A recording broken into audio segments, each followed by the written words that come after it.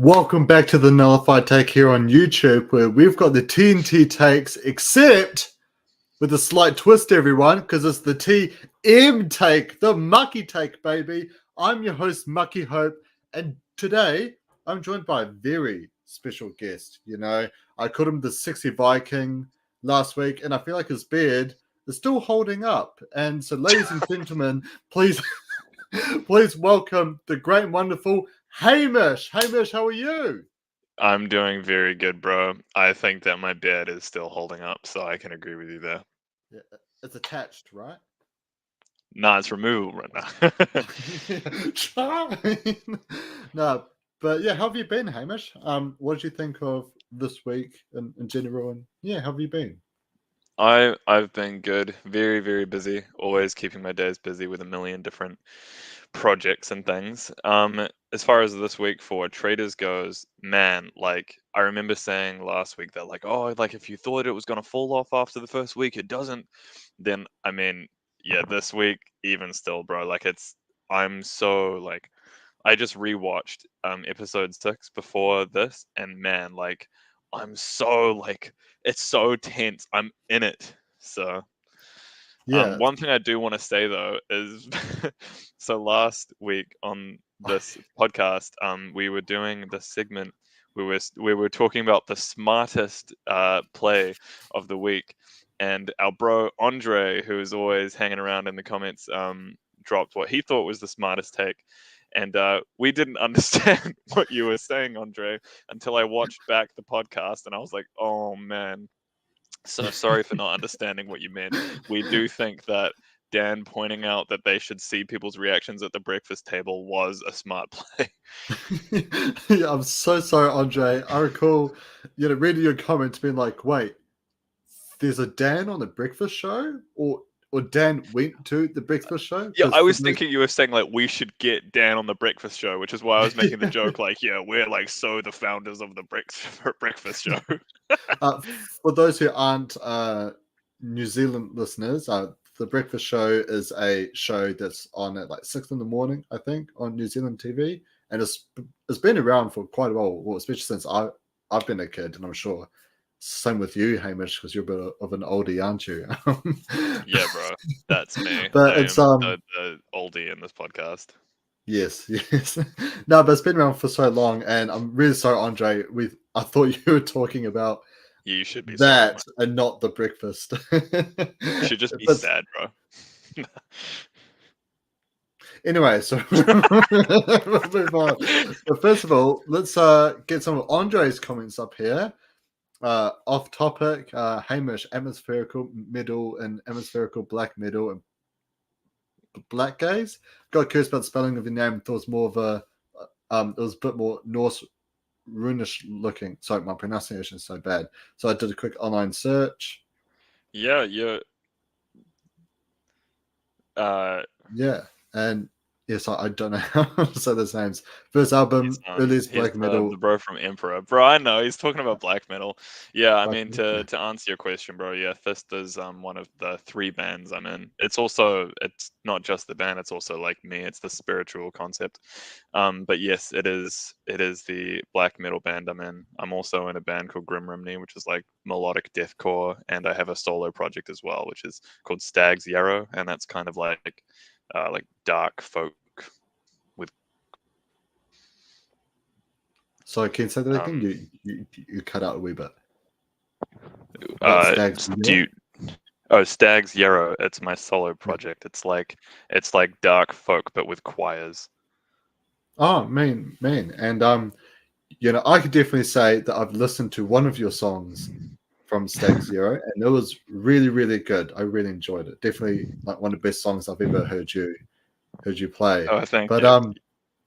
also, once again, Andre, thank you so much for the $10 donation. We love all your support, not just through the New Zealand traders, but through our like Survivor South Africa talk that we did yesterday, and obviously the Australian traders as well. You've been everywhere, brother, and thank you so much for all your support, all your love. Like it means so much to us, it means so much to Chris and to the channel. Chris had bought me a brand new microphone, same as Kahuna, based off the money we get towards the channel. So So the more money that comes in, the more better quality videos we can get out to everyone, and just the more better the channel could get. So we love you so much, Andre. Thank you so much for all your support. But recap title for week 3 should be Law of Attraction Gone Wrong. Philly in the Shield and Robbie in a no-win decision. Yeah, it's been a sad series of events for both Philly and Robbie. I feel like both of them are kind of just It's funny how the two disorder almost. people that got the shields this week were the two people who got voted out Yeah. at the banishment. Like that's pretty golden to me. Yeah. Oh, and just another comment here from Andre. Is black metal to meditate? Oh, the sick man. Rotting Christ is good, bro. Rotting Christ that goes hard. Yeah, feel free to how this is spelt on this is my personal Instagram, so feel free to message me about black metal there if you'd like. On to Traitors. On to Traitors. All right, so let's start things off on episode 5. It was coming off such a massive episode where Brody, was able to just absolutely derail Matt and get him banished out, and there was a lot of talks on, has Brody potentially exposed herself too much, which that was definitely the case where Brody, unfortunately, well, since we don't want to get demonetized again, Hamish, we're going to come up with a new phrase. We can't use the M word. We're going to say she was eliminated. She was eliminated, or she went to the farm. She went to the farm, out farm. She went to the farm. The countryside. She went to the farm. Got on a tractor. She got on a tractor with Paul Henry, which we'll talk about later. We'll get to that. And never came back.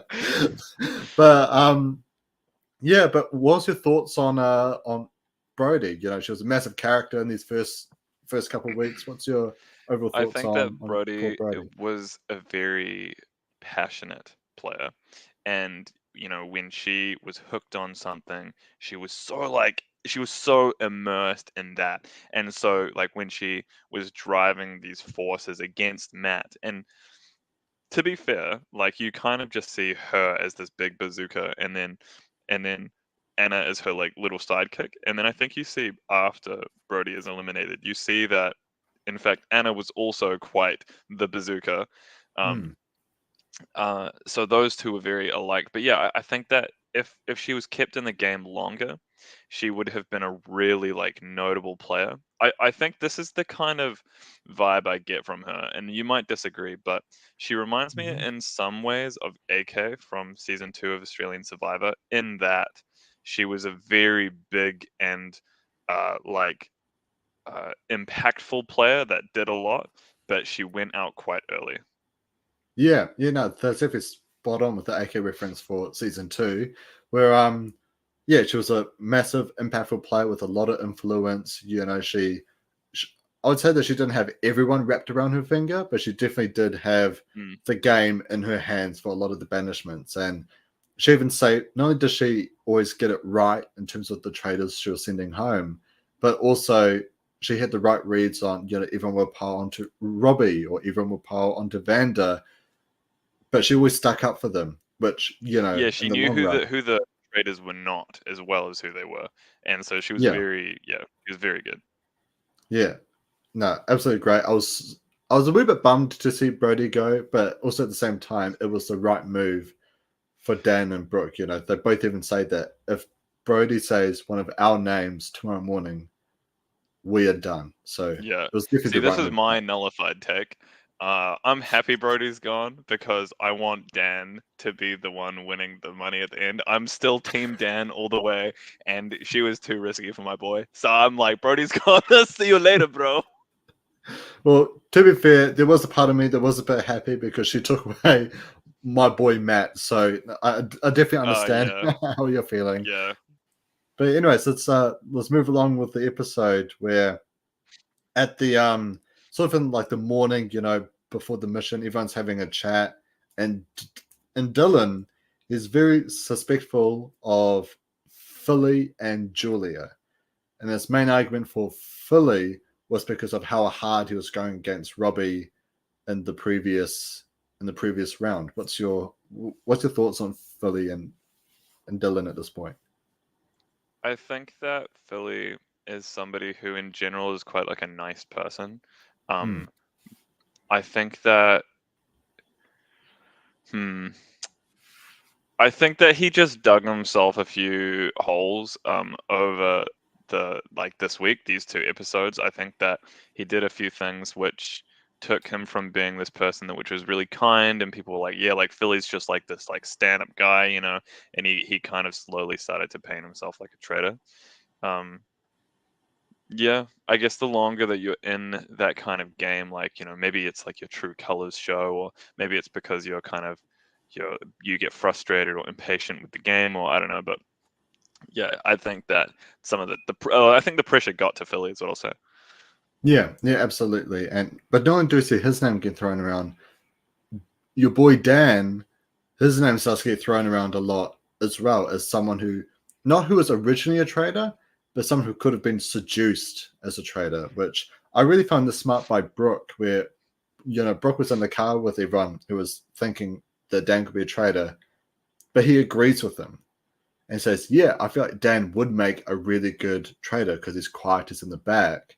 However, you've got all these other people as well, kind of the same category as Dan. Like you put out, like Sam's name, like Dylan's name. Sorry for the study, everyone. Sam's name, Dylan's name, and even Philly's name as well. As someone who could have been seduced by a trader, to someone who's nice and quiet in the background and could have been seduced as a trader.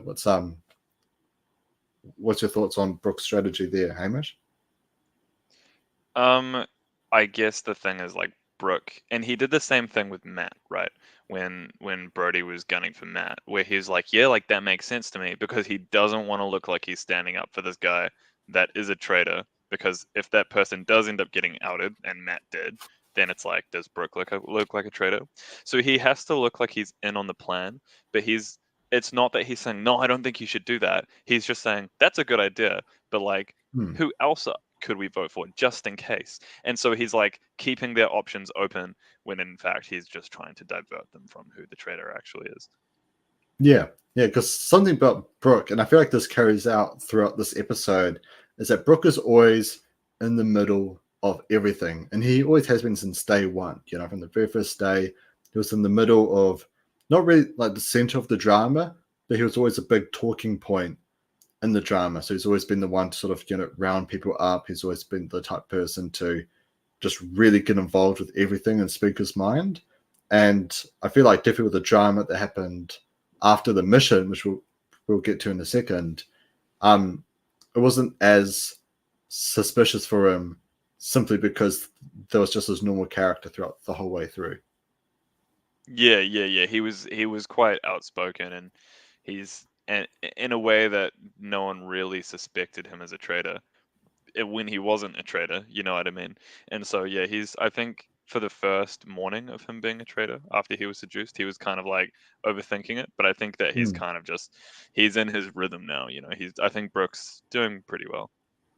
I think it must be quite helpful as well having one of his close friends, Dan, be a traitor as well. So that way, Mm. like they can obviously say things to each other.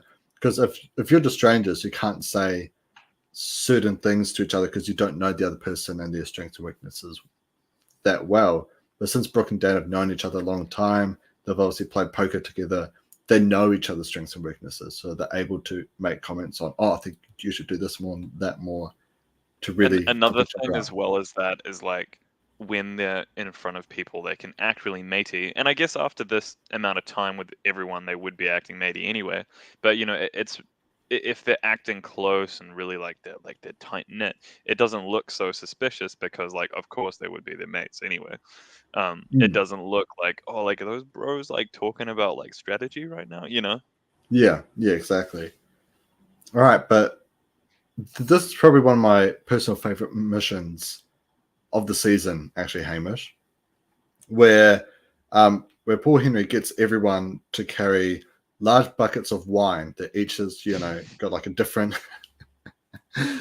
which each bucket's got like a certain amount of money on it. So some was like $100, Mm, $350, some was $750. Large amounts of money for just a bucket of wine, and they have to carry it up through a track.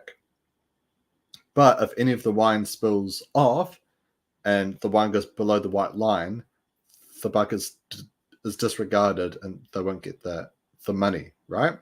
Mm. But the thing is, they can only do it in pairs. So you can either carry the bucket by yourself or carry it in pairs. So you can't have 3 or 4 people helping out. Carrying bucket, right? Yeah, but this is where Sam comes up with a plan where he wants everyone to bring all the buckets just before a finish line, and then because there's a slight twist to this mission as well, where the first 3 buckets that gets carried over, the carriers of those buckets will be sent to the armory. So if it's 2 people per bucket, like all 6 of them will go. If it's like only 2 people doing it, 1, 2, 3, then only those 2 people will go. And obviously in the case that we saw, if someone goes over twice, they're counted as Then 2 they people. remove that opportunity from somebody else. No, that other person wouldn't get the opportunity. Yeah. And Totally. while they're doing this challenge, Brooke gets some alone time with Dan, and he's trying to tell Dan how he needs to change up his strategy a bit because everyone's starting to get a bit suspicious of him. Mm. But kind of right before Anna and Philly cross the line, Anna says to Philly, "I want to cross," which Brooke and Dan's right behind them, and Brooke is encouraging them to cross. So Anna and Philly, they cross the line. Brooke and Dan cross, but once they start coming back, everyone's realized I think it was Colin. I think Colin actually picks up. Hang on, they've already crossed the line. Which then Philly takes Colin's bucket and he walks Colin over the line. Which Colin, he's pretty pissed about it. And then Sam and everyone else starts to arrive, and it just becomes this massive heated argument. Hamish, Mm. what's your thoughts on So this okay. whole As argument? for Brick and Dan saying to the others like, yeah, you should cross the line. I'm wondering if it's because they knew they were gonna do it, because having Brick and Dan in the armory is obviously good for the Mm, traders. Um, them being the only 2 traders at that point. Um, and so I think that by encouraging others, they don't look like they're the only ones who did it, and then it's like you two are obviously traders. It's more like a yeah, group, and then it's more like, oh, this is a bunch of people that just gave into like, the natural like, greedy instinct of people. yeah, Um, as for Sam's reaction, uh, eh, I understand the frustration. I think that yelling and swearing at people is just not ever called for. Uh, yeah, I would have handled it very differently. He seems like a very nice guy in a general sense, Sam does, but yeah, I don't know. I was kind of watching it, and it felt I kind of cringed a little inside just watching him swearing at people. I was just like, yeah. like, just I don't like conflict, man. Yeah. Now, I found it to be quite interesting because it's sort of 2 different groups here, right? So how I sort of looked at it was you have your very passive players and your very sort of aggressive players. Now, when I mean by aggressive, not like hardcore, they'll betray anyone or anything like that, but just people who No, are just just a like they'll lot beat each more other up. strategic. Yeah, yeah, yeah. They'll beat each other up, right? They'll take each other to the farm, right? So, but, but sort of more like out there strategic players, right? And so you have Philly, he's starting to really immerse as like a big strategic character. You've got Anna, she's been pretty strategic. You've got Brooke and Dan as well. Mm, And it's sort of them 4 against everyone else. And while I do think in the more passive group with your Sams, your Dylans, your Justines, your Julias, there are like, game players within that group, like Justine, she's very intelligent. Dylan, he's been quite strategic and he's quite intuitive as well. Um, Colin, he's a great character and a great player as well. So there definitely are players within that group, but I feel like they're more less out there in terms of actually like bringing mm. a lot of the strategy forth. So it's interesting Also, to I see the group. wonder how much of that is like not that they didn't do anything, but because they don't want to be seen as a threat to the traders, so they're Mm, trying to very subtly do it. So it looks like Anna is the big one, or it looks like Philly is the big one, but really it's like Kings is like they're kind of whispering in his ear, or you know what I mean? Like, oh, I reckon we should vote out yeah, this person, or and so I think people like Colin, and I think people like Justine are probably good examples of that, where I think that Colin and Justina they're definitely very social players. Mm. In particular, Colin. And so, well, at least from what we see in the edit. Um, but yeah, I mean, he's definitely relatively outspoken, but I don't think he's outspoken in the way that like Anna is, or like Brody or something like that. Yeah. But just we move on, we've got a couple of comments here from Andre. Philly filled up too much and went bye. Yeah, pretty much. He got quite confident in the game, tried to swing hard, but unfortunately it just backfired on him. He had And too much of in the bucket, had to go home. yeah, pretty much. And Andre here with a question: would you have crossed the line if others had already crossed the line? I'll let you start, Hamish. What would you have done? If this weren't NZ Traders, if this was just like a competition for, I don't know, like money, or I don't know, just like a competition in a general sense, no, I wouldn't have. I think that, what's important in life is to do what you believe is the right thing. And I think that if you've, you know, my opinion of what the right thing is, if you've made an arrangement and set a standard at the beginning, like you should follow through with that. I think in the context of this game, when you've seen other people are doing it, so you know that they'll be covering your back because you're not the only one doing it. You don't look like the selfish one, bro. You're there to win. So Yeah. I can't really say. I think I probably would have had like a 5 second like internal debate about it, but I think there's a good chance I would have crossed the line. How about you? Oh, you know me. I would have crossed it. Since I since would have when crossed do it I because I care? saw you cross it first. Yeah, exactly. I would be like, nah, who cares about these people? But something that Brooke mentioned, which I actually heavily agreed with, was if they brought all the buckets to the edge of the line and then had a discussion about who deserves to go over. I feel like the people who did deserve to go over, they did go over because they're the ones carrying the heavier buckets the whole way through, Mm.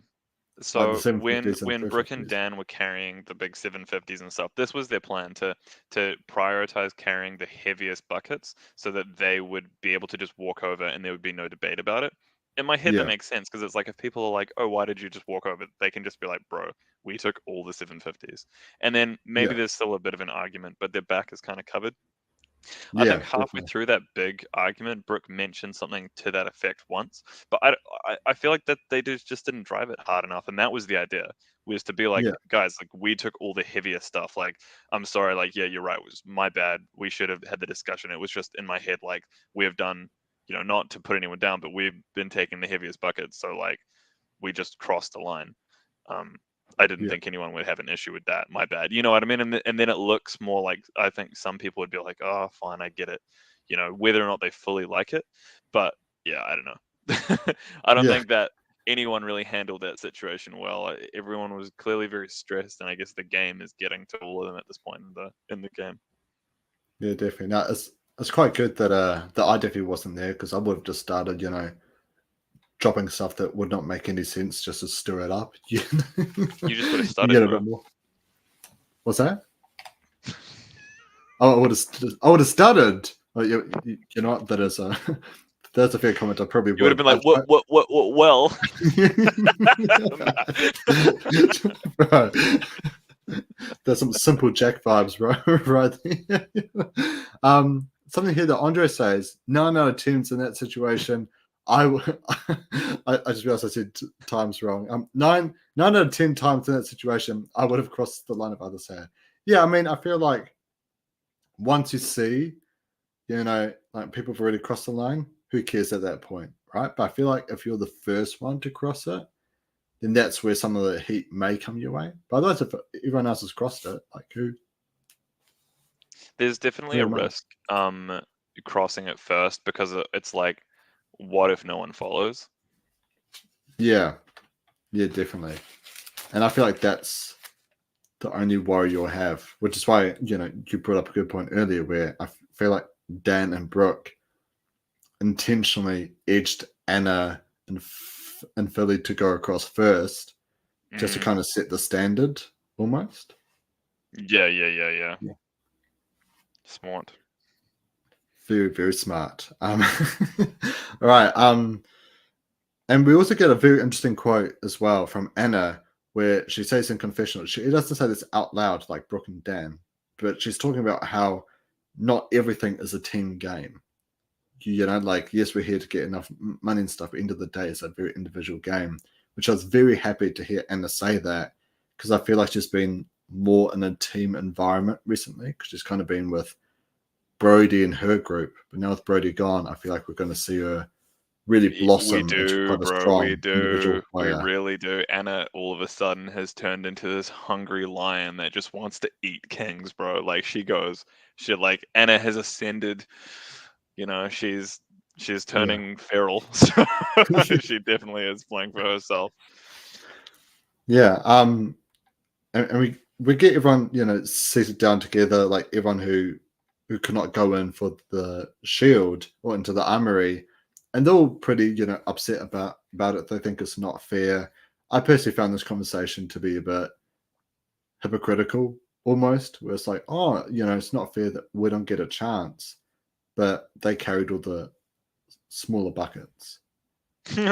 You Yeah, know, like like straight up, yeah. like we I mean, to deserve be to be there. fair, to be fair, Sam is like legally blind, so like I don't know if Yeah, like is this true. like the True. ableist take, but yeah. Yeah. You know, Nah. that is actually a fair comment. I didn't really think about that. But yeah, but I feel like the majority of this conversation was really like how, oh, like maybe if we'd known we would have, you know, got in there first. But it's like I'm not sure about that. You know, it seemed like Brooke, Dan, Anna, and Philly were Oh, far Kane was ahead saying of like, you know, like I everyone. thought I did a lot. Like I wanted it. Yeah, Yeah.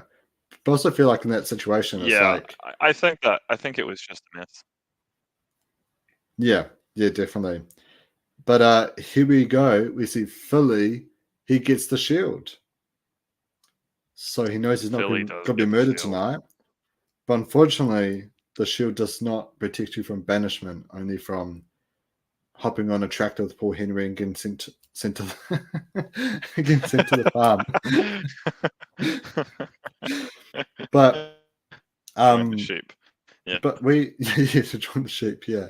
But it was quite surprising because after Philly gets the shield, we get no strategy talk. We go straight to the banishment. What's your thoughts on this? I'm just immediately going straight to the banishment. Um, it could very well be that there was just nothing interesting for them to edit in there. I don't know. To be honest, I actually didn't think much about that. Maybe they just wanted to get to the point. Maybe it just was better for like the keeping the tension. You know what I mean? Because I guess the thing is like Yeah, there was so much tension in that big argument, and I think they wanted to keep that because obviously in the banishing trial meeting thing, it's very tense, and so for them to go straight from that to that, you don't get this wavy thing of tension. It's just like stays so strong, and then right at the mm, end, once Philly's like, "Oh, I'm an innocent," then you can breathe. You know what I mean? yeah, yeah, Um, and then it's like I feel like that just makes it really like epic and suspenseful, and it makes people really invested. And perhaps if they'd come down from that and showed people just chilling at the lodge before going to the banishment, then maybe yeah, it just you wouldn't have been as invested in the banishment, or it just wouldn't have been as tense. Or I don't know. Interesting point though. yeah. And we do see that in the banishment, Brooke gets really, really frustrated because players like Justin and Kings, they keep coming after him about the challenge, but Mm. how like, oh, it was so selfish of you, and oh, it was unfair, it's not right, it's not cool. They keep doing it, and I don't know about you, but I was low key, you know, Team Brooke on this, where it's like, just who cares and move on, you know. But they just To be fair though, won't let it okay, go. I agree and disagree. He Okay, did that very strategically, the way that he deflected that. Um, because when they were saying like that was selfish of you, I'm pretty sure there were a good few of them who meant that as the reason that you did something selfish like that is because you're a traitor and you don't want faithfuls to have a shot at the shield, which is correct. That's the reason he yeah, did it, right? And there are a few people that were saying that, and I think that was very implied, and it was like you don't have to say it. Uh, so. I think we're losing you, Hamish. Are you still there?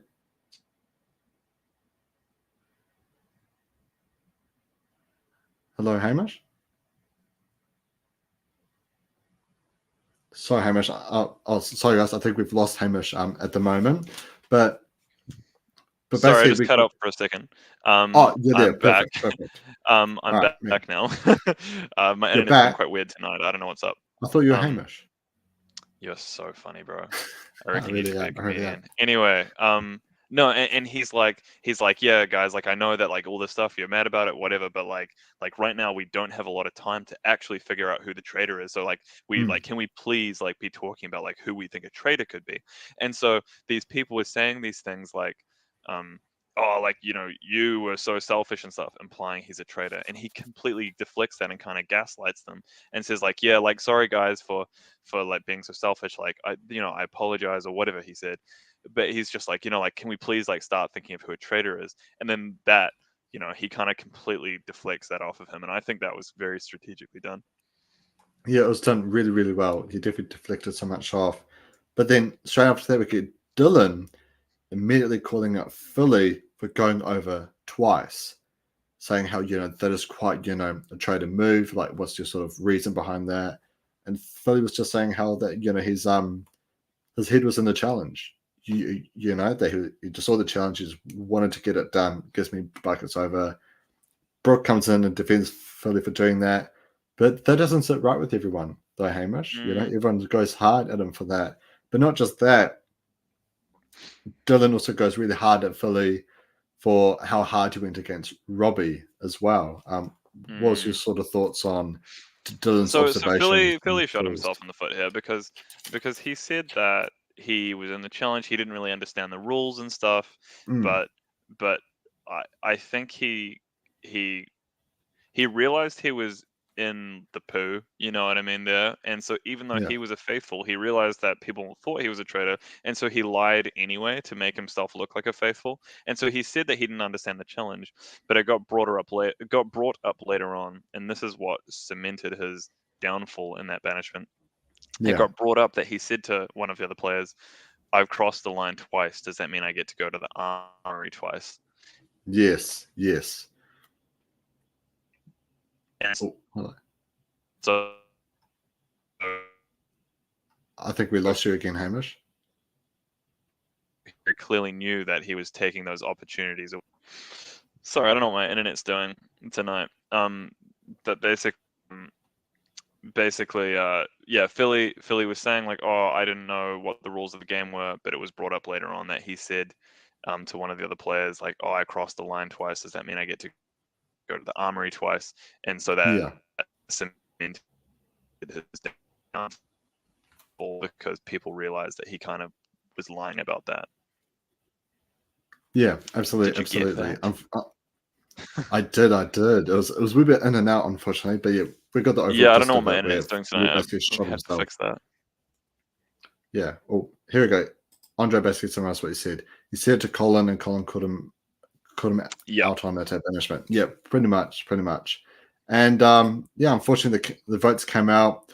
Philly voted for Robbie. He's still going hard against Robbie. Pretty much the summary of the season. If you're in doubt, just vote for Robbie. It's pretty much a landslide against Philly. Kings even votes for Philly. Um, Vander, Colin, Julia, Justine. And while the votes are coming out, Julia actually realizes that Philly is innocent. Yeah. Just based on how Yeah. he's like reacting to the votes and stuff, she calls out, "Oh gosh, he's innocent."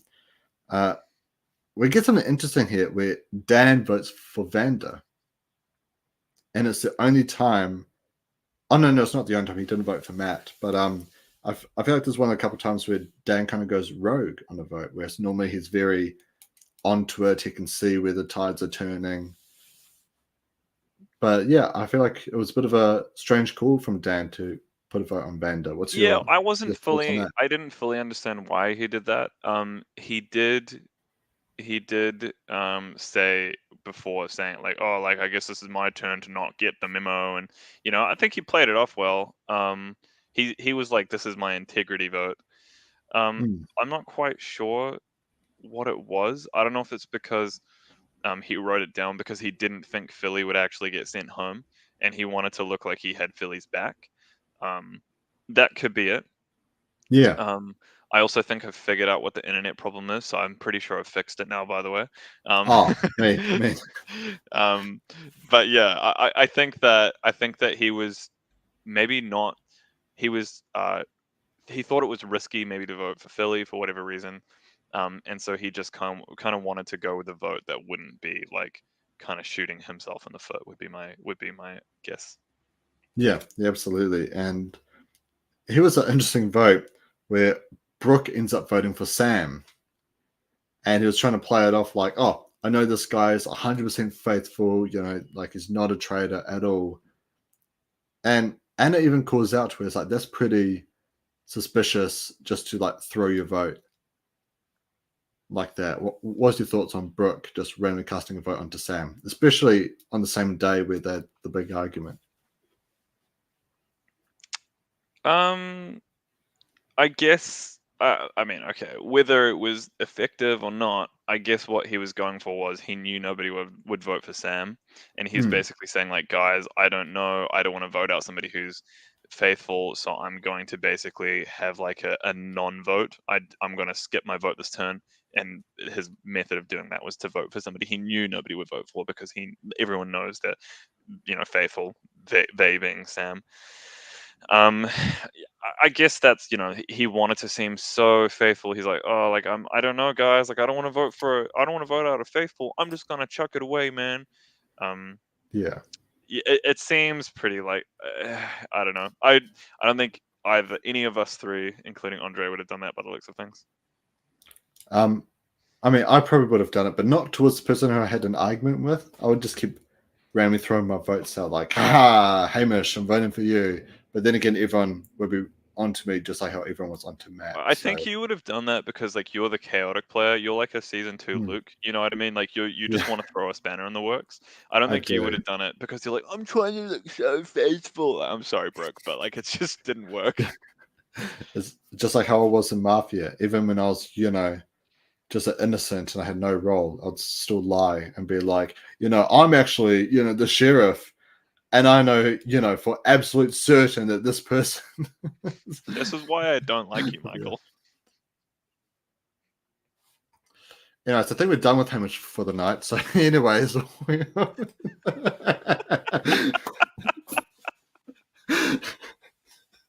Disclaimer: that's a joke, people. no, it's not a joke. Anyway, so let's keep on talking about the traitors. So, I'm so glad that I figured out how to do that. Now I know how Chris does it to me every time I bring up Rogue. But anyways, um, so Philly, he says that he's a faithful, and everyone's just absolutely uttered. But I found it to be pretty funny because I feel like Dylan, he talks himself up as being quite a observant player. Where he's like, "Oh yes, I read this, I saw this. That's definitely a traitor." But the people he's gone really hard for have all been wrong. Mm, Like Mike being the most famous one. He went really hard on yeah, Mike, yeah. and The thing is, like, he is and he isn't wrong. Like I get where his reads are. It's like mm, if you vote out a traitor and everyone is like, yay, and one person sits back in their chair. I mean, you could read into that. I get why he did, and he wasn't the only one who read into it, to be fair. Like, other people saw that yeah, too and did wonder. Pretty sure Justine also saw that. And Justine is very onto it, right? yeah. Oh, Justice I extremely think on. he sees a lot of things that could be indicators that somebody's one of the traitors.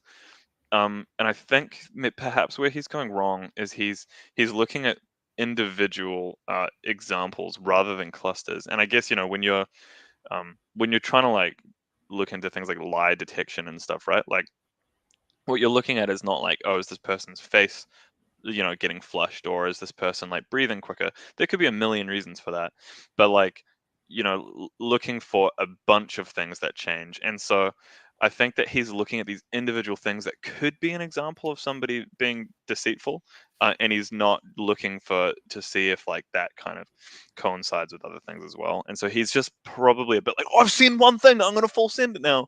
Yeah, rather than taking his time to be like, okay, I have suspicion because I saw this. Like, let me dig into it. Let me see if they act different in any other ways. So perhaps that's where he's going wrong. But I do think he is very observant still. I do think that he is quite smart. He's just not been incredibly accurate. Yeah, I find it quite similar to, the Queen herself, Queen Kimberly, at the start, where someone should make a montage of every time Kimberly says that she's a sidekick. Psychic. Yeah, but she's not going to, tell anyone about her like abilities and her strengths because they'll make her a target. And then as she proceeds to tell everyone She's all like, I about her just feel this abilities. thing in my gut. Yeah, yeah. And I feel like someone should also It's make a Robbie. montage of, yes, Robbie, it's Dude, Robbie. this whole like several episode, like 6 episode, like uh journey of Robbie having blame cast on her. I bet you this is all Kimberly. Dude, no, Yeah, actually, yeah, I changed probably my mind Kimberly. about everything. Kimberly is the most strategic player. Kimberly, from the first episode, the episode during which she was eliminated, she has created the downfall of Robbie. She has so much impact on the game without even being there, bro. Yeah, Kimberly she is has. insane. She's so smart. She planned the downfall of Robbie 5 episodes later. Or 5 episodes earlier, I should Bro, say. she is the puppet master. She is a puppet master. She put it out into the universe, and it happened. Maybe so okay, something that which we're going to get to later in this episode of this podcast is that Robbie gets seduced. And so when Kimberly had her psychic ability saying Robbie's a traitor, maybe she foresaw the future. Maybe, maybe. Which let's get right to that. So Brooke and Dan, they meet in their cheeky little Shrek toilet hut, as I like to call it, and they sort of break it down to two things: murder or seduce. You So mean they elimination or seduce? Because we're not elimination. getting demonetized. We're not YouTube, getting please don't demonetized. I'm demonetize so us. sorry, YouTube. I meant who are they going to put on Paul Henry's tractor and take to their farm? So, so Give in us order, money. no, no, no.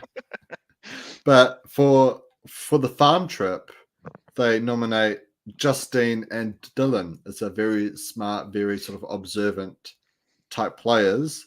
And for seducing, Brooke comes up with a really brilliant idea, which, when I saw this scene, Hamish, I immediately thought, what would we do if we were Brooke and Dan? Because we're pretty close, we're pretty out there, we like to meme on things. And the first thing that came to my head was also, it would be pretty funny if we seduced Robbie to a trader. And that's what they do. So this is the thing. You would have done it because you thought it would be funny because it's so dumb. They did Yeah. it because they wanted to clear their names. They wanted to do it. This was okay. This is the idea for people watching that didn't quite understand it when you watch it, and I'm sure everyone did understand it. Understand it, but anyway. So by seducing Robbie, um, now everyone's been thinking Robbie's been a traitor all along, and so when Robbie gets outed at the next banishment, which is obviously their plan to make that happen, everyone's like, "Oh, Robbie was a traitor all along," rather than thinking that she got seduced, and then they kind of just think that they've got rid of one of the original traitors. Um, that's the idea to sway people that way. Um, did it work? Let's find out. Yeah, well, let's find out.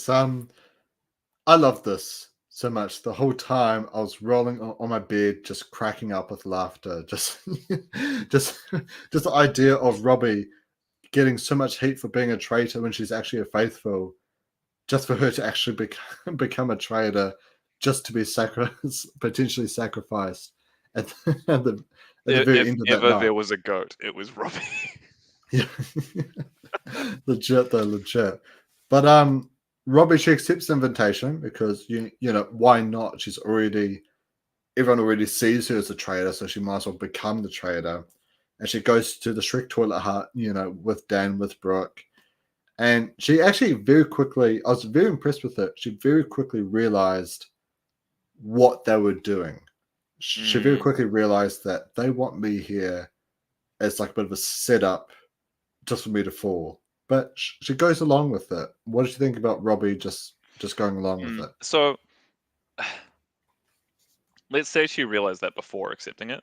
Why would you accept it? Like, you're already in a bad spot. Like, do you think you can dig your way out of that one? Mm, Better to decline it. Um, and if you realize after you accept it, like, oh damn it, I walked into a trap. You know what I mean? I would say that the way to play that is to realize, sure, you're on the same team as the traders, but they aren't your friends. Like, you're actually not on the same team. Like, they are mm, working against you intentionally. They want to see you gone. And so in a way, you're actually more on the same team as the faithful. And so what you should be trying to do is continuing to be a faithful, even though you're a traitor, and try to start voting out the other traders. Start working with Anna and, people, who are very like hard and fast on people who are very vocal, people like Dylan, even, because, if he starts to get onto something, or if he gets onto the scent of somebody, then he will full send it. Um, and be like, yo, bro, like Dan, or Brooke, I'm pretty sure Brooke, he's been so in the midst, of everything, and I yeah, reckon he's, and if she tried to do that, not only would that have been smart for her game, because she would have really looked faithful getting out these traders, and like she's actually yeah, starting to be pretty onto it, like she's starting to click or something, but mm, she wouldn't have these people working against her. And in a way, this could actually take her to the end of the game. She's not yeah, that smart, but yeah, yeah. Now, tough I situation. was I was quite impressed with her in general, but there's actually a move. I don't want to get too much into it because we'll definitely be talking about it tomorrow night on the Australian Traders. But in the recent, well, not the recent episode, but the one before, one of the traders targeted and went after one of his fellow traders to make it seem like that he's been a He was a faithful. faithful. Yeah, I think I was telling you That's about it what the other Robbie night. should have Actually, done yeah, here. Like under on the basis that she accepts the traders seduction, that I reckon that's the only way she can stay in the game, because she can't. I don't believe that she can um, not be voted off and convince people that somebody else is a traitor without targeting another traitor. yeah, And that's exactly what we see happen. That she doesn't make it happen. So yeah. I definitely do think, especially because we'll move along a wee bit. Um, Colin calls out Brooke and Dan's relationship. He picks up that mm, Brooke was saying that, oh, I got to not be so around, like Dan so much, because that might put a target on. But they still hang out every day. And so Coleman's sort of calling that out, like, why? Like, why have you not actually stuck to leaving, like, sort of putting some space between, him and Dan? Because that might be, some trader stuff right there. So I feel like mm, there's definitely something Robbie could have used, especially with the fact that everyone knows that Brooke and Dan are good mates outside of the game. Like, because I definitely do think if two people are like close mm. friends and one of them is a traitor, they'll definitely want to seduce the other because they're homies. I don't know if Robbie, like, I feel like Robbie is the kind of person that would have heard him say that, be like, oh yeah, and then forget about it. I don't think she's the kind of person Mm, that would think like, oh yeah, that's interesting, and then later on be thinking, fuck, okay, I mean, heck, okay, what can I do? And then think, oh, at the breakfast, perfect. I don't think that she's that scheming, um, mm. or I think she's good at what she is good at, and I don't think that this kind of thing is what she's good at. Yeah, yeah, definitely. But we do get a nice moment between Sam and Brooke where they're the first two to arrive at breakfast and they forgive each other for the argument. They both understand it was just a heat of the Mm, moment. It was just, straight after the challenge. They both think each other are faithful, which once again, Sam is wrong on a read because he was, you know, he didn't think Matt was a traitor at all, and was completely shocked by it. So yeah, once again, completely fooled by the traitors.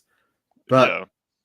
let's move on to, I think, the most New Zealand type challenge there ever could have been on on any reality show. They go to Sheep World, which which is an actual place. By the way, it's an actual place called Sheep World, I and it's hadn't got heard of like it different. until this, so that's. And do you know where it is? Um, quickly search it up right now. This isn't the one that's like in like kind of West Auckland, like Swanson kind of area, is it? It's in where is it? Warkworth. Oh, okay. North. Yeah. Okay. Yeah, you said this up north. Yeah, Kind of like Wellsford area. Yeah. let's There's a zoom cool out. bakery there. Y'all should Yeah, go. Wellsford. Yeah. No, this it's actually not that far from Auckland, Hamish. Maybe we could go on a road trip there. Because The sheep world. the sheep world, yeah. Be like, oh my god, Colin touched this sheep. Yeah, exactly. They're like, hey, Colin, we're with your sheep. I don't know, but yeah, it's they divide themselves up into teams, and they have like a photo of a sheep, which they have to like tell the searcher, because there's one person in the paddock, to find this very specific type of sheep, right? Which has got Mm, like a name or like a number or something on them. Which once they found the sheep, they then have to run back, put a ribbon on, and that's the and that's that's the their sheep, right? challenge. This whole challenge, and I love this.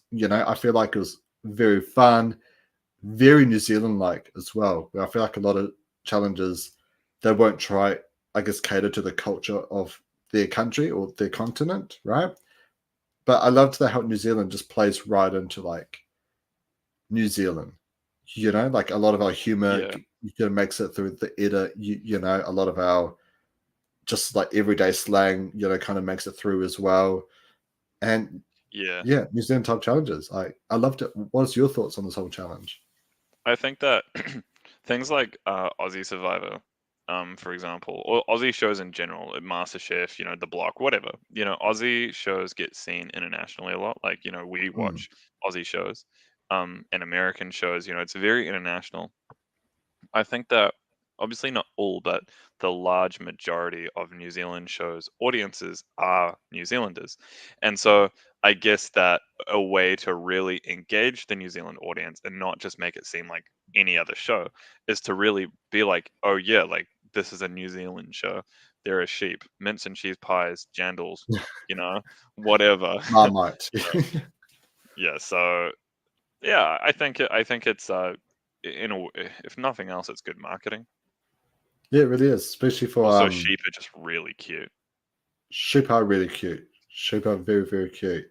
And Black just sheep, like the Andre says. You're the black sheep of your family, Andre. Oh, the movie? Yeah. yeah. Well, there is that song, "Bar Bar Black Sheep, Have You Any Wool," which there was definitely a lot of What wool, does this have to do with which trade? which there was a lot of wool for some of the players, because the team that won got to go on a trip to the armory, which I believe it was both Brooke And the and sheep? Dan. Well, the shield will protect the person from being murdered. I might Did I you might like that? I might go back to having bad internet connection, to be honest. Can we edit in I a cricket sound? Sorry, go on. tweet. I'm pretty bad with my sound effects, but anyways, Robbie, she ends up getting the shield this round, which there's some bad luck already with The poor shield Philly. curse, bro. It is a shield Philly's curse. shield gets eliminated. Uh, Yeah, I'd actually did that happen last week? It did, right?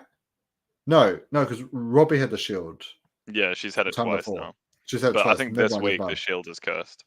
Yeah, well, has anyone ever told you about the car curse in Survivor? They haven't. Oh, so there's a thing called a car curse, right? Where often in seasons of Survivor, there's like a car award, right, for sponsorship, which Mm. every time someone has won that challenge to get the car, they never win the season. To I be think there's fair, only though, been one time. to It's only be been one fair, time. let's just say I don't know, but let's just assume there are 24 players playing Survivor. You've got a 1 in 24 chance of winning the season. So your chance of winning the car and the season, I guess we could say, is 1 in 48. Yeah, So I but feel like that's, I don't know how, if that's just a curse or if that's just like maths.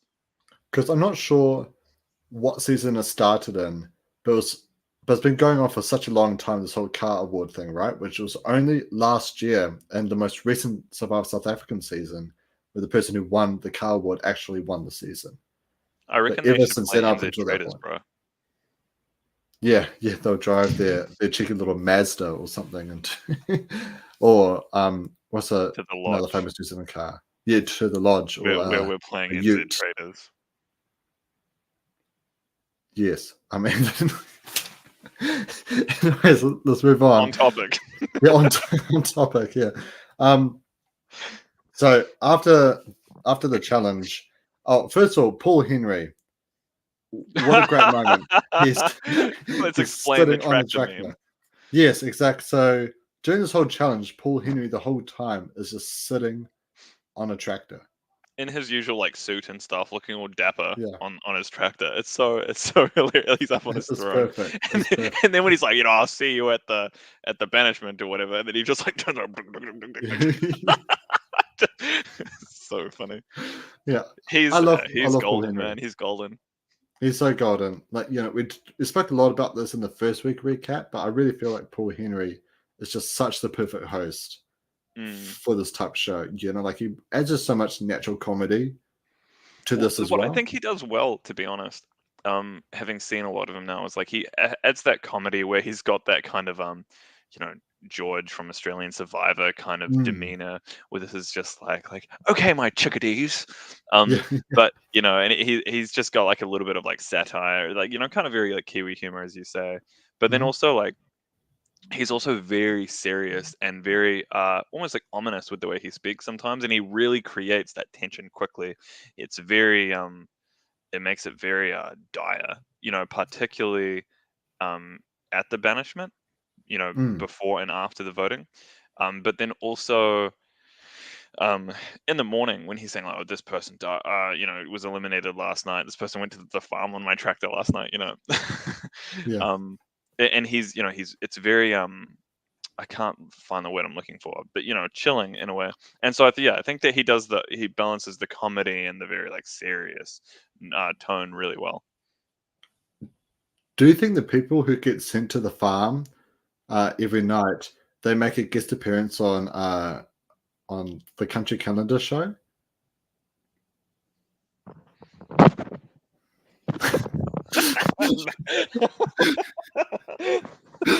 Well, for non-New Zealand listeners, there's also another very famous show in New Zealand. It's all about working on farms and living in the countryside. But who knows? Yeah, Maybe we'll see we'll see yeah. Brody I there. reckon you should not tell me more. Okay, you're not fine. I won't. Okay, so we'll move along. So Anna is really set on. I've got too much power now as a host. Chris made a really bad decision telling me I could be host of this podcast. But anyways, Anna is dead set on Kings being a traitor. She feels like he's almost like the perfect traitor because he's so nice, he's so likable, but he's also just so chill and quiet. What's your thoughts on Oh, bro. So Anna's okay, target?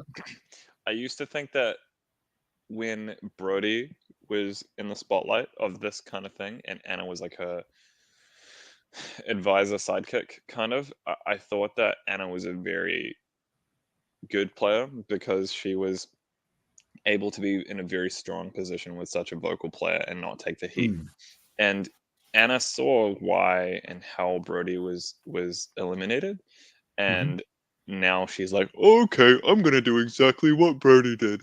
And I Yeah, feel like she's way too outspoken. Um, that was I know. cringy. Certain demographic blocks ganging up on other demographic blocks to banish. Not a good look. Can you explain what you mean, or Michael, do you understand? I think I get an idea, but I don't want to say that because just in case if it's not the right one. But yeah, Andre, if you can just explain more in your next comment, just so that we know Yeah. exactly what it is. Yeah.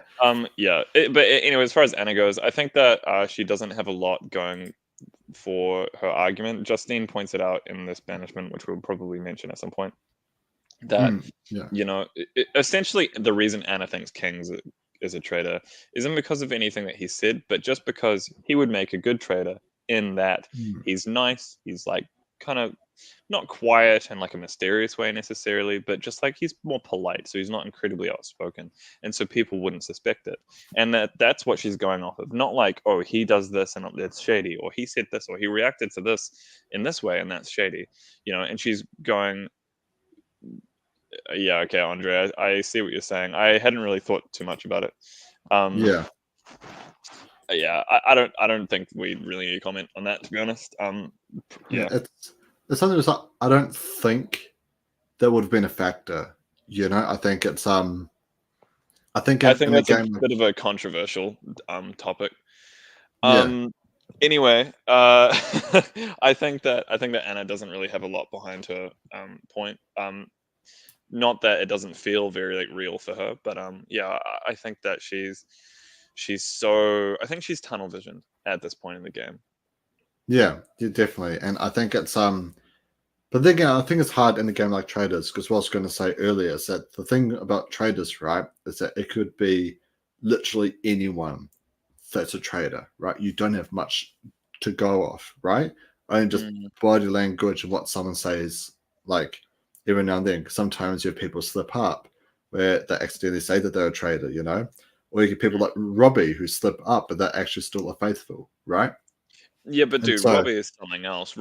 She's a whole different animal, man. Like she, yeah. she, I don't even know, bro. Like I'm baffled by how many times she slips up that she's a traitor when she's not a traitor. It was pretty funny. She played a lot better being a trader than what she did as a faithful. She got played a lot Yeah, better as a faithful as a traitor, but she played yeah, terribly as a traitor as a faithful. She was just too in her yes, own head, basically. yeah. Pretty much, yeah. But I think in a game like traders, it can be anyone or anything, right? And so you start to think out who could be a good traitor, right? Which I do think that with someone like Kings, for example, he is very quiet, he is very chill, he is very laid back, similar to like a Dan, right? Or similar to like a Sam as well, where they are they are very quiet and very chilled back. And we even saw with Lauren as well. She was someone who was really quiet, and she was originally a trader as She well. wasn't a very good liar, though. Like when she True, got yeah, called out, she was just like, "Me? No, I wouldn't do that." And then, yeah, when like Dan has been called out, like I think that he kind of goes with the joke better. You know what I mean? yeah, definitely, Um, definitely, so yeah, they kind of just, I think Brooke and Dan in the moment are able to just kind of like, and then just like go with it and just like play it off rather than like completely collapsing. And it was the same kind of thing with Nat as well, I guess. yeah.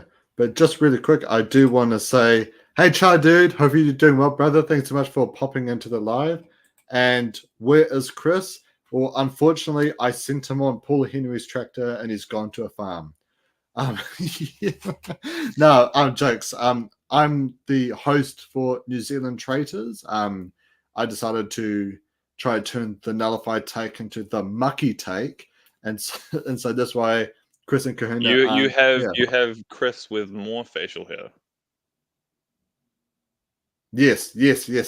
So my brain was a bit slow picking up on that, but It's your yeah, brain. no, it's yeah. Unfortunately, Chris and Kahuna won't be covering this show, but we are going to be covering the Australian Traders, which will be on tomorrow night. I'm not sure about Australian time, but it will be 11 p.m. New Zealand time, which is an hour from now, whatever time you're on, and Awesome King got more airtime. Yes, he got a massive spark in airtime, and it actually made me think: is he gonna get put on a tractor and taken to a farm? Because I feel like for the past couple of For weeks, our dude who might just have tuned in now and not know what that tractor and taken to the farm thing is referring to, we're talking about them being eliminated by the traders. We're yeah, just not yeah, using the N word for the yeah, sake of being demonetized. yeah, exactly. We're going to be a bit of trouble, I think, for saying that word too much. So we're going to be like by YouTube, not by Chris. And so yeah, we're going to try see if we can find a new adjective to sort of describe it. And what a perfect way for New Zealand then to be, sent to go working on a farm. But It's probably also, adjective is, Michael? It's a describing word. Being sent to a farm would be a doing thing, so that would be a verb. Look, man, I flunked English. The only thing I did great was the speeches, and that's because I talk too much. But but yeah, let's But to be honest, Mark has the more hottest takes. You're absolutely right, brother. You know, it's my takes are so hot, steam is rising out of the room. I'm Yeah, sorry. bro, you've got these Yeah, hot takes that like there are good players like Rogue, Sneaky Steve, Robbie. they are good players. Okay, they are good players. They are the best players of all time. Okay, but To be fair, Robbie made it further into the game than Brody. That's yeah, what Ruff exactly. did. Oh my gosh. Just can't get over that. The But ultimate anyways, goat. the ultimate goat. Yeah. All right, but let's get back on topic here. But while Anna is targeting Kings for being a traitor, Dylan is very sus of Brooke because in the car ride, Brooke is saying how, if I were a traitor, I'd try to, sort of rally and round everyone up onto a very easy sort of consensus target, which then he immediately does by trying to round everyone up onto onto Robbie, which I feel like, Dylan, he picks up on a lot of things, and I sort of called it out earlier, where I feel like a lot of his reads aren't super accurate, but I feel like he was spot on with this. Not only was he able to, call out what Brooke said about, a traitor doing that, but he was able to relate that to what Brooke has been doing throughout the entire game As I so said, far. like his reads aren't necessarily bad. Like what he looks at, what he notices is correct. It's just not always like necessarily because somebody's a traitor, And I think in this instance, like again, he picked up on something that a lot of people didn't. But like, this time it was because Brooke is a traitor. Yeah, yeah, absolutely. And we also see that the Kings are scrambling hard, just like Survivor style. He's going to every single, individual sort of group that's going, whether if it's a group of 2 people, 5 people, 1,000 people, I'm sure. Kings is right there in the conversation, and he's scrambling hard. Did you like the effort Kings was putting in to try and stay in the game? So, I mean, yeah, Kings definitely wants to be here. He's enjoying it. I think that he is trying to play. And I think that, maybe he has been playing the game the whole time, but there were just people who were, playing it harder. So we didn't see much of him in the edit Hmm. earlier. Or maybe he's just started playing it more now. I don't know, because he's kind of warmed up to it. Um, I don't really think that that's what I would have done. That I would have just gone up to every group and been like, "Hey, look, I'm a faithful. If you vote me out, just you're gonna lose another faithful." Because like that's basically what Julia did last week, where she was just like, "You guys are gonna regret Yeah. it," But don't forget, we've got Um, a special segment coming up soon, Hamish. So don't the forget smartest play of the the, week. the Yes, smartest player of the week. Don't I'm forget. looking Don't forward forget to this. it. And yeah, we get to the banishment, and we see pretty much almost instantly everyone starts piling back onto Robbie.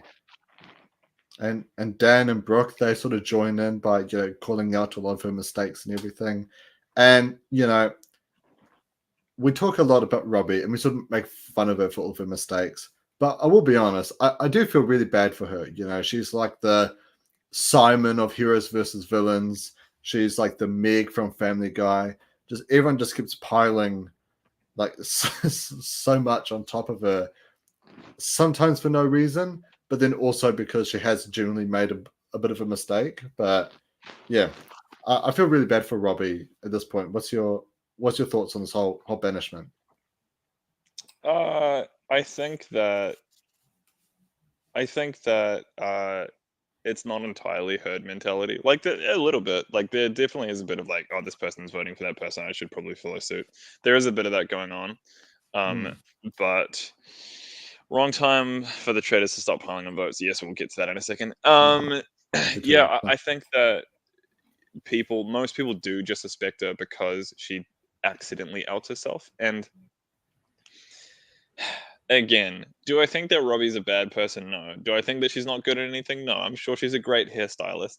I think that this is just not a game where she thrives because she's the kind of person who just says stuff. She's like having a good time. She's having a laugh. She's like, oh, just like pointing things out, having a fun time.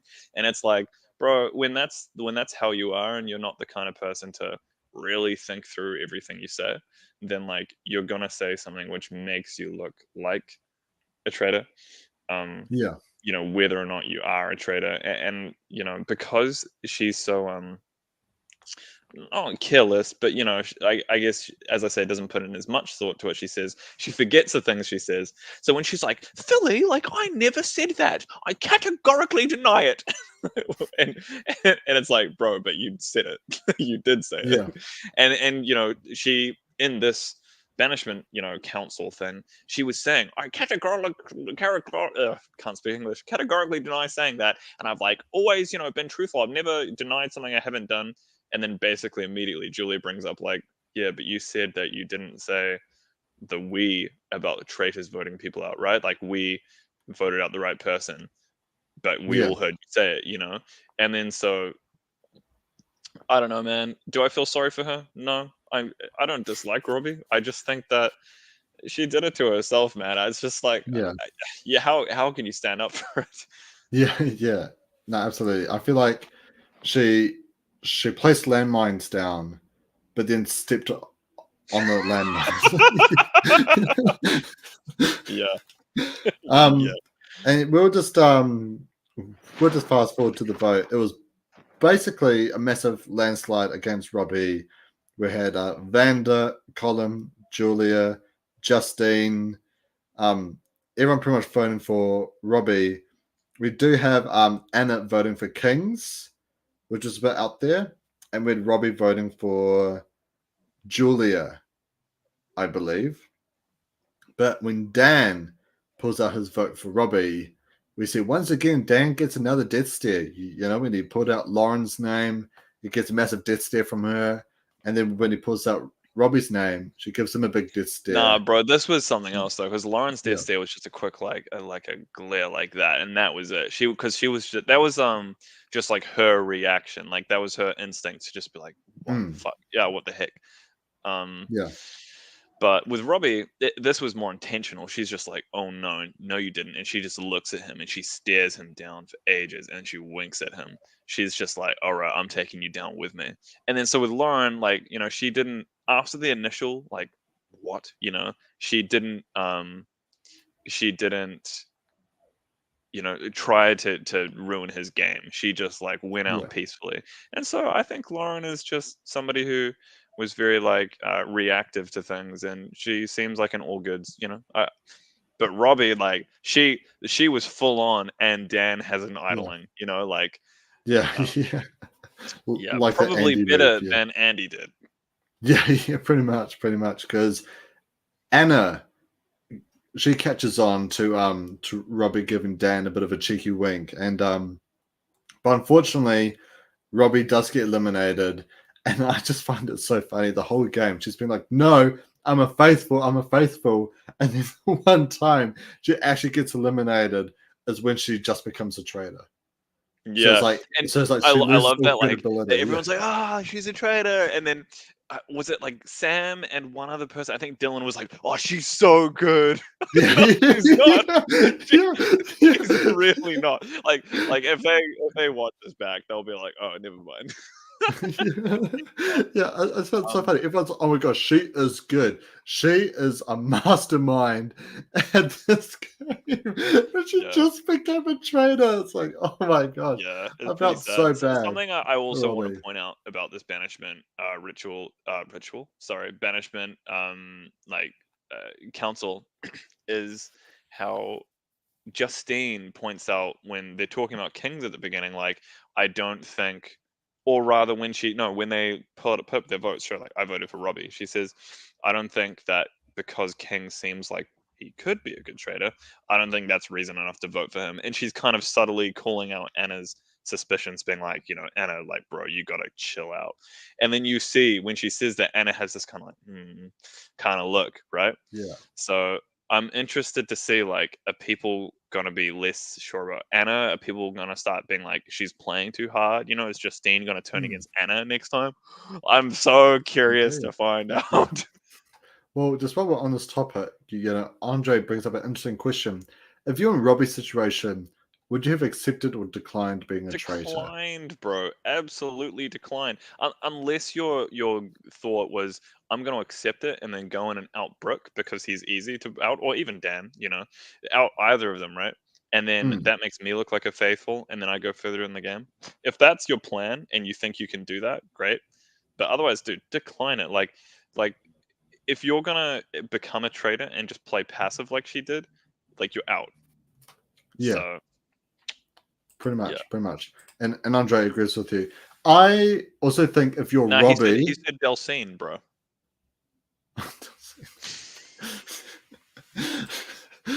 um, I agree with both of you. I think for anyone else, it's like, yeah, just be a trader. But for Robbie specifically, you have to decline because your whole game at this point has been trying to prove that you're not a traitor, right? And so, like, she can even potentially use that where it's like, I was attempted to be seduced, but I turned it No, that's down. too risky, But bro. Not yeah, with then this again, much that heat is on her. risky. That would look like this is her last try to not look like a traitor by being like, oh, so I'm faithful and I just declined being a traitor. Like people wouldn't Yeah, buy that. That would put way too much true, suspicion true. on her. Yeah. And then at the end of the episode, we see Dan and Brooke, once again, they meet at the Shrek toilet hut, as I always love to call it. And they are in the middle of deciding between three people to put on Paul Henry's tractor and to take to the farm. Dylan, Anna, or Justine. What's your thoughts on these three names? So Dylan makes sense because he's starting to actually be onto them. He's on to both Brooke and Dan. So something Hmm. that I don't think we've covered on this podcast tonight is that there was a point at which Dylan was talking just like when they were at the lodge, just having like breakfast or lunch or something. He was saying like, um, there are 11 of us left, and there are three traders. So over a quarter of the remaining players are traders. Hmm. It could be anyone, and then he starts saying that to people, and then in his confessional in that moment, he says like, you know, how would I play if I was a trader? I'd probably play like relatively back, quiet-ish. Just put in a few words here and there, so it's not too obvious that I'm playing quiet, like Dan. And then he's like, I might start keeping my eye on Dan. And so Dylan's already really suspicious of Dan. And then we Hmm. see he's already been calling up Brooke in the car. And so Dylan is on to both of the traders. Um, I think that Dylan is definitely getting dangerous. And Dan even says that in one of his own confessionals where he's just like, Dylan is like playing a good game and a smart game. He even says he Yeah. needs to go. He says that he needs to go. And so I think that I think that Dylan would be a good one. Uh, Anna is another one because she's so hard playing. She's another Brody. Um, Although I wonder, and here's I'm not sure about this, and I wonder if they keep her around because nobody voted for Kings, and everyone successfully voted out Robbie. Are people gonna start now thinking that Anna's a traitor? And in a way, there's no point in voting out Anna. Did Anna just like stuff up her own game? Like, let's just Yeah. say, let's just say that um, Robbie wasn't voted out. Let's just say that Anna was like, "Oh, it's Kings," and then everyone voted out, I don't know, Sam for some reason, and then everyone's like, "Oh no, he's innocent." Then maybe everyone will be like, "Nah, I reckon Anna's right. It's Kings." You know, Yeah. but because Anna has been so adamant it's Kings, she didn't vote for Robbie. Robbie got voted out as a traitor. I wonder if maybe there's no point in voting out Anna anymore. They might not think that far, and I might be wrong, but I think Dylan makes sense. Justine also makes sense. I think that she has very good reads. I think this whole time she's had better reads than Dylan in a way. But I think Dylan's caught up to her. Dylan Yeah. figured out who the traders probably are at like this point, and then like Dylan's been like catching up or like Hmm. whatever.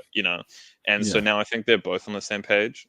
Um, I think that Dylan might not necessarily have everyone listening to him, because of his previous incorrect accusations, but I think he's more likely to be vocal about his accusations. Whereas with Justine, I think if somebody asked, like, do you think Brooke is a traitor and why do you think that? She would say it, but I don't think Justine's the type to be like, Brooke's a traitor, Dan's a traitor, here's why.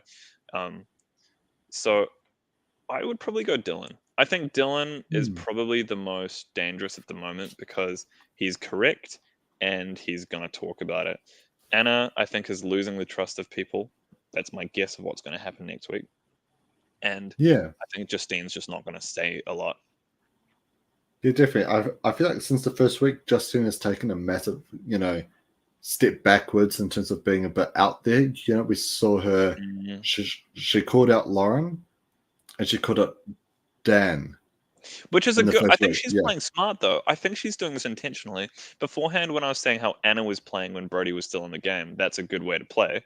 I think that like that's what Justine's doing.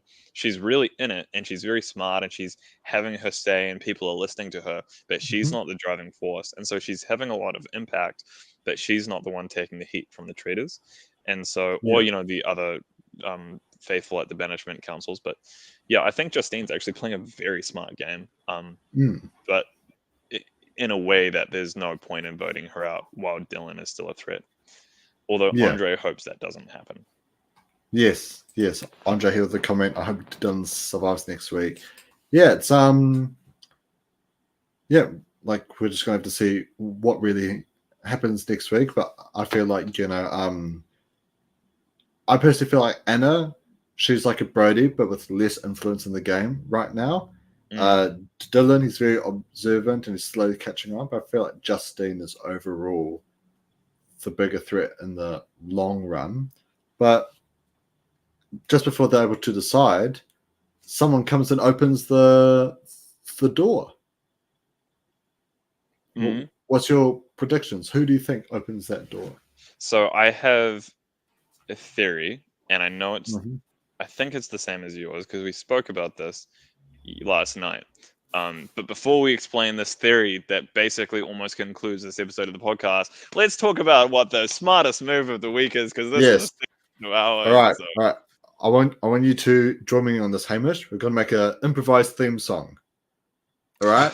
You coached me improvised acting, and I was one of the greatest teachers you ever had. So let's quickly make a. Okay, I already know how we're going to do this. I'm going to beatbox really poorly because I don't beatbox, but I'm going to beatbox, and you're going to rap the theme song, which you're going to rap. On the spot. Right. Yep. Okay. All right. And I'll get. Yeah.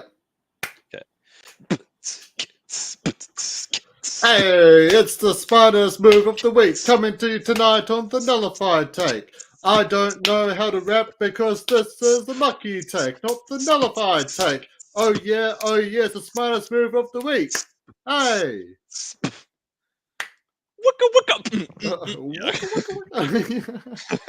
All right, that is our theme song for the smartest move clip that. of the week.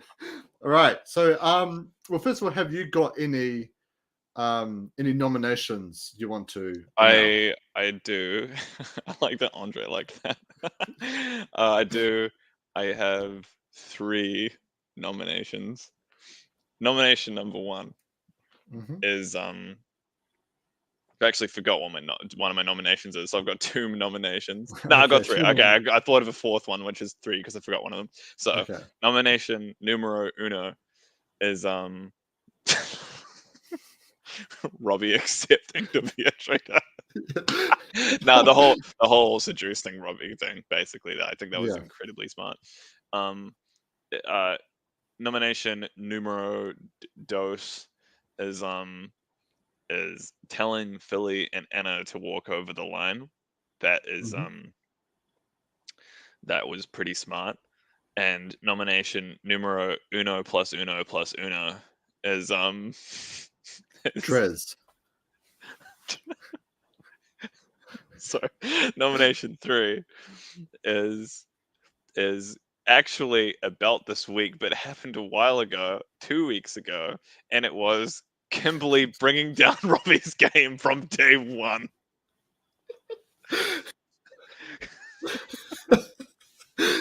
Oh my gosh. I've because I only thought of one nomination. I see Andre, he's got a couple nominations here. But before I get to those, here's my nomination, right? My nomination is at the start of episode 5, where Robbie gives everyone a speech how she doesn't like how everyone's just piling on top of her, like it's making her feel quite bad. And everyone kind of says how, well, it's only because you slip up and you say some things, right? That it's a bit sus. And she's like, okay, I'll try to stop that, which immediately follows her sitting down at breakfast and she's joking around saying, oh, can I have some fruit? Because I would kill to have some fruit. And then the next morning, after she gets seduced, people are like, "Oh, is anyone here a traitor?" And Robbie's like, Yeah, exactly. All right, but here's one of Colin's not Colin, Andre's nomination, which is Colin, because his analogy. I know I said that wrong. I think he of, misspelled of the game. Don't read it how he wrote it. Whereas analogy of the game, No, need to step forward. He wrote it correctly, actually. No, you're just not reading it correctly. I'm sorry. I just can't. I literally Analogy. failed to get that in English. I'm sorry. I'm No, sorry. he actually did spell it correctly. You're cooking my brain as well with the way you're reading it. It's pronounced analogy. So his analogy of the game, where you need to step forward, step back, and sideways, and hopefully not into a trap, and taking control of the banishment, and calling out Brooke for not distancing himself from Dan, which he said he would. Yeah, I think that bit there is very yeah, that was a very forward move for sure. Yeah. So I'm just trying to see if Andre nominated anyone else. No, it doesn't seem like it. Oh, here we go. Best dressed Traitors New Zealand nominations: Colin, Julia, King, Justine. Right, let's quickly answer this, Hamish. Who's the best dressed? I think that Andre's missing the point here. The best dressed was obviously Paul Henry. Exactly, it really was. I'm sorry, but unfortunately for you, Andre, it's 2-1. The banishment has spoken. Paul Henry is definitely the best dressed. But anyways, let's go back to what. Nominations. Yeah, but let's quickly move on to the smartest move of the week, and I've got my answer locked in. Have you got an answer locked in? Would you like to know? Fine, I won't say Kimberly. That was actually my answer. Oh, that was your answer? Yeah, oh, sorry. that's what cut locked that. in. Edit that. Yeah, I've got my answer locked in. So are we both in agreement that Kimberly's 6-episode plan, which she wasn't in it for 5 of them, of taking down Robbie, the smartest move. That is the smartest move of the game, bro, basically. It is. Next to running and take, Sam Furying. Yeah, so for context for everyone who potentially was not here last week, I created a segment, we created a segment called the smartest move of the week, where it's based off in the first week where Sam Fury ran off and took 1/7 of the prize money for just showing up on day 1. And the other Sam said how, he took 1/7. He said that's the smartest move of the game, which that's obviously week 1's nomination. Last week's nomination was when Julia, she was being targeted for being a traitor and she had to defend herself. And all she had to defend herself with was, well, if you vote me out, you're going to look like a fool after it. And this week, it was Emily in the first day, getting everyone to pile on Robbie and ensuing her gradual downfall. Rest in peace, Kimberly, from the game. Rest in peace, Kimberly. Hopefully you're enjoying country calendar out on the farm with Brody and Chris. But even though this was recorded August 2022, yeah. Well, I mean, who knows? Maybe they're still there. Who knows? Maybe they're trapped. Even though we can see that they're not, because I'm following some of them on Instagram now, and I've been like, what, they went to like the premiere and stuff. It's pretty interesting. You guys should go check them out. Yeah, definitely check them out on Instagram. They all seem like amazing people. But unfortunately, that is the end of No, it's not. tonight's podcast. No. The thing that we're coming to, they'll knock on the door. Oh, that's right. So what I'll do without you, Hamish, the knock on the door. Who do you think knocked on the door, and why? Kimber, I'm kidding. So what I think, having spoken to you about it, because my original thought I realized was actually pretty unintelligent. And so what I think it is that Paul Henry's walking in and he's like, "Oh hey," and they're like, "What? What are you doing, Paul Henry? Welcome to our conclave," which is what they say because we've seen the teaser for the next episode. Um, and I think Paul's gonna be like, "Oh guys, did you actually not want to just eliminate one person but two people?" Hmm. And I think that they're going to get rid of Anna and Dylan. I think that Dylan and Justine would be better because again, I don't think Anna's going to stay in the trust of a lot of people for much longer. That's my prediction if she stays in the game. But yeah, what I think is going to happen is that they're going to um, yeah, basically just eliminate two people. What about you? Yeah, I actually think the exact same. I think Paul Henry's going to walk in and he's going to say, "You have the option of eliminating two people," or maybe here's something wild. I don't think this has been done before, but what if they get to also seduce two people as well? So if they thought about seducing, they could instead of one, they could seduce Oh, two. oh wait, what if they can eliminate one person and seduce one person? That would be pretty Because wild. the next morning they'd see that there's one less seat, so they'd just be like, "Oh, somebody's been eliminated," and nobody would suspect that there was a seduction if the Yeah, person accepts it. I think Paul Henry would announce if there's been a seduction though. Another thing, oh, maybe he would, maybe he wouldn't, maybe there's a good point.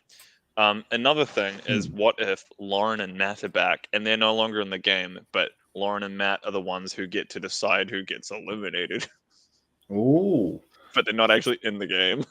I don't think it's that. But maybe there's imagine. a cheeky Redemption Island or Edge of Extinction twist where everyone eliminated gets a chance to vote someone to come back in. Wait, bro. You know how during the sheep world challenge, like halfway through, like on the second round, Paul let more sheep into the paddock, and it was Yeah. Traitor 1 and Traitor 2. So he let two traitor sheep in. What Hmm. if they've got and some new additions to the conclave? So now it's Dan, Brooke, and two sheep. He's like, oh, welcome to our conclave, little guy. and maybe everyone figures out that they're the traders because in the morning when they walk into breakfast, they're just riding sheep into the Just like, breakfast hey room. guys, like, did Paul Henry not come into your rooms last night and say, hey, here are some sheep for being such good faithful? So weird, man. You guys must be traitors. But yeah, unfortunately, that is the end of our podcast tonight. Hamish, have you got any final thoughts that you wanted to say? Final thoughts. I am so invested in what's going on, and I'm really looking forward to next week. I really want to see what happens. I'm excited to see that Julie is starting to play the game. Something I don't know if I mentioned earlier or not. That you can see her. Well, either she's starting to play the game or you're just seeing it now. But she's a bit more vocal now. So I'm very interested to see where this goes. Yeah, me too. Coming to the Shrek Shack. Yeah, you're obviously spot on. It's a really great series, this one, and I think while the Australian Traders has got the drama behind it, I feel like the New Zealand Traders has got more of the entertainment behind it. I don't know. Maybe it's because I can relate to these characters because we're all New Zealanders, we're all Kiwi, we'll love and get the humor. But for tonight, unfortunately, that is all. If you're new to the channel, please hit the subscribe button. We're very close to getting 2K subs, which I know that Chris has definitely got something very special planned for not just for you guys, but for us as well. And it should be a really exciting time once we hit the 2K. Hit the like button if you enjoyed this video. And until next time, we will see you later on Traitors New Zealand Week 4 recap. Have a good one, everyone. Kimberly has the winner's edit. Yes, you should. All right. Have a good night, everyone. Bye.